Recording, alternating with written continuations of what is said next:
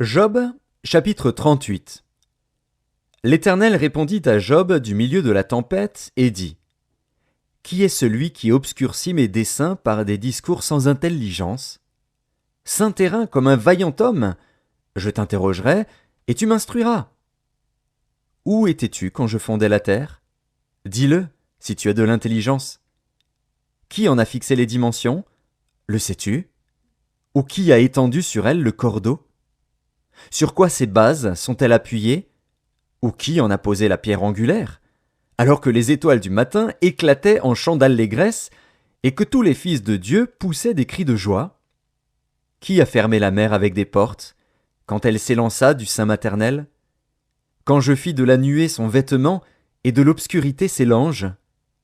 Quand je lui imposai ma loi et que je lui mis des barrières et des portes ? Quand je dis : tu viendras jusqu'ici, tu n'iras pas au-delà, ici s'arrêtera l'orgueil de tes flots ?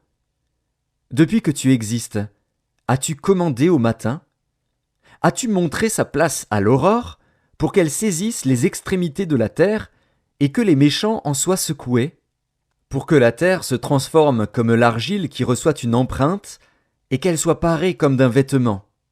Pour que les méchants soient privés de leur lumière et que le bras qui se lève soit brisé ? As-tu pénétré jusqu'aux sources de la mer ? T'es-tu promené dans les profondeurs de l'abîme ?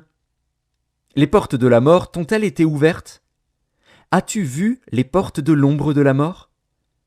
As-tu embrassé du regard l'étendue de la terre ? Parle, si tu sais toutes ces choses. Où est le chemin qui conduit au séjour de la lumière ? Et les ténèbres, où ont-elles leur demeure ? Peux-tu les saisir à leurs limites et connaître les sentiers de leur habitation ? Tu le sais, car alors tu étais né, et le nombre de tes jours est grand. Es-tu parvenu jusqu'aux amas de neige ? As-tu vu les dépôts de grêle, que je tiens en réserve pour les temps de détresse, pour les jours de guerre et de bataille ? Par quel chemin la lumière se divise-t-elle, et le vent d'Orient se répand-il sur la terre ? Qui a ouvert un passage à la pluie, et tracé la route de l'éclair et du tonnerre, pour que la pluie tombe sur une terre sans habitants, sur un désert où il n'y a point d'homme ? Pour qu'elle abreuve les lieux solitaires et arides, et qu'elle fasse germer et sortir l'herbe ? La pluie a-t-elle un père ? Qui fait naître les gouttes de la rosée ? Du sein de qui sort la glace, et qui enfante le frimas du ciel, pour que les eaux se cachent comme une pierre, et que la surface de l'abîme soit enchaînée ? Noues-tu les liens des Pléiades, ou détaches-tu les cordages de l'Orient ? Fais-tu paraître en leur temps les signes du zodiaque, et conduis-tu la grande ours avec ses petits ? Connais-tu les lois du ciel ? Règles-tu son pouvoir sur la terre ? Élèves-tu la voix jusqu'aux nuées, pour appeler à toi des torrents d'eau ? Lances-tu les éclairs ? Partent-ils ? Te disent-ils : nous voici ?